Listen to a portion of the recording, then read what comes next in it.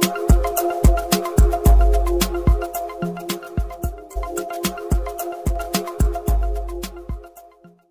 اللہ الرحمن الرحیم، السلام علیکم۔ آپ دیکھ رہے ہیں نولی ٹی وی۔ آج ہم بات کریں گے پینشن کے حوالے سے۔ تمام صوبائی حکومتیں اور فیڈرل ڈپارٹمنٹ سمیت IMF چاہ رہی ہے کہ کسی طریقے سے پاکستان میں پینشن کا نظام ختم ہو جائے۔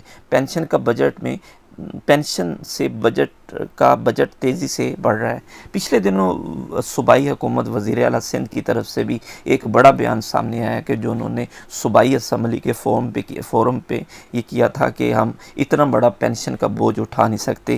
تو اس حوالے سے ایک بڑی کانفرنس ہوئی جس میں اس حوالے سے بڑی تجاویز سامنے آئی۔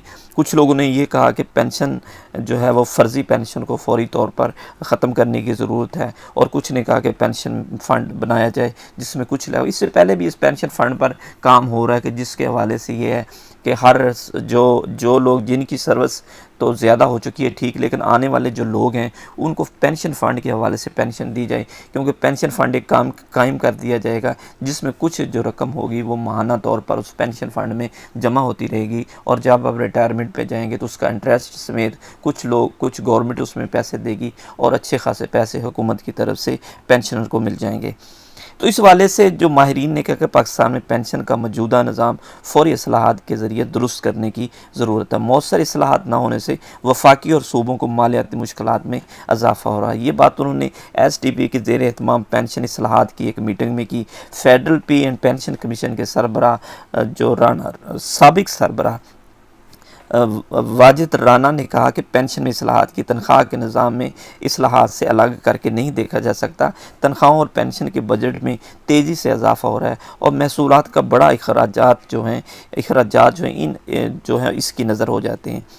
وزارت وزیر پاکستان کے جوائنٹ سیکرٹری نے بھی اسی بات پر کہا کہ محض رسمی شعبے کو دیکھا جائے تو ہم کوشش کر رہے ہیں کہ غیر رسمی شعبے کے حوالے سے بھی بڑی تعداد میں جو فرضی پینشن کا اندراج ہے اس کو بھی ختم کرنے کی ضرورت ہے۔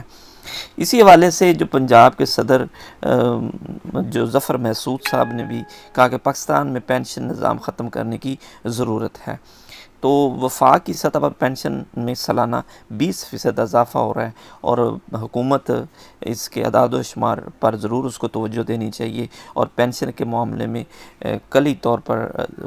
کو کلی طور پر دیکھنے کی ضرورت ہے۔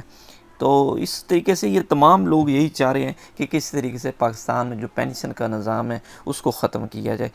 تو اب دیکھتے ہیں آنے والے، ابھی تو پے اینڈ پینشن کمیشن کی رپورٹ بھی اس بارے میں نہیں آئی کہ اس بارے میں کیا ترجیحات لے کے آتی ہے۔ تو آئندہ چند ہفتوں میں مزید اس میں جو ہوگی چیزیں سامنے آ جائیں گی۔ Thanks for watching.